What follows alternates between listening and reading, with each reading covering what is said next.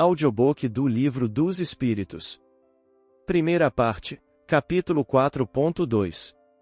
A vida e a morte, questões 68 a 70. 68. Qual a causa da morte dos seres orgânicos?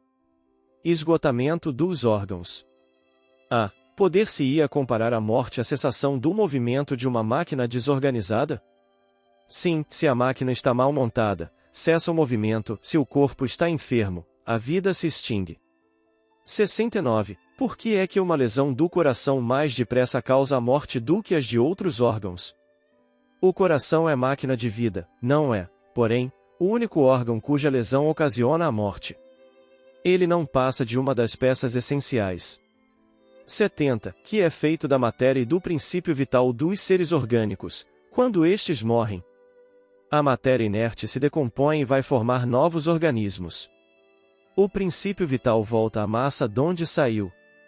Morto o ser orgânico, os elementos que o compõem sofrem novas combinações, de que resultam novos seres, os quais aurem na fonte universal o princípio da vida e da atividade, o absorvem e assimilam, para novamente o restituírem a essa fonte, quando deixarem de existir.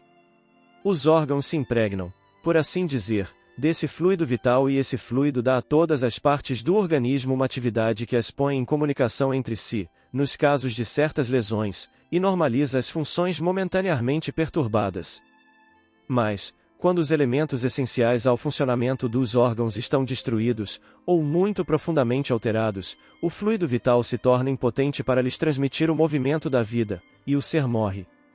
Mais ou menos necessariamente, os órgãos reagem uns sobre os outros, resultando essa ação recíproca da harmonia do conjunto por eles formado.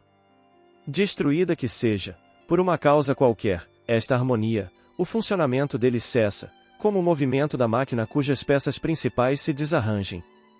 É o que se verifica, por exemplo, com um relógio gasto pelo uso, ou que sofreu um choque por acidente, no qual a força motriz fica impotente para pô-lo de novo a andar. Num aparelho elétrico temos imagem mais exata da vida e da morte. Esse aparelho, como todos os corpos da natureza, contém eletricidade em estado latente.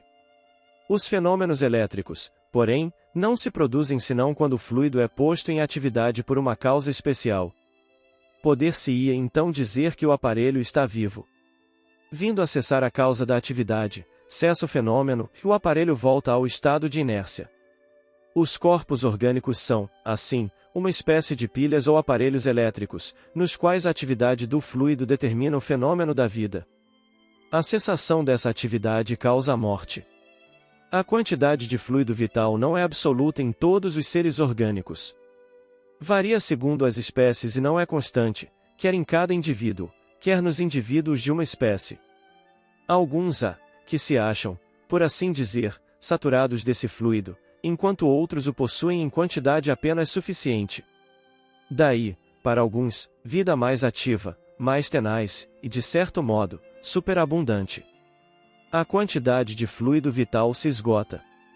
Pode tornar-se insuficiente para a conservação da vida, se não for renovada pela absorção e assimilação das substâncias que o contêm. O fluido vital se transmite de um indivíduo a outro.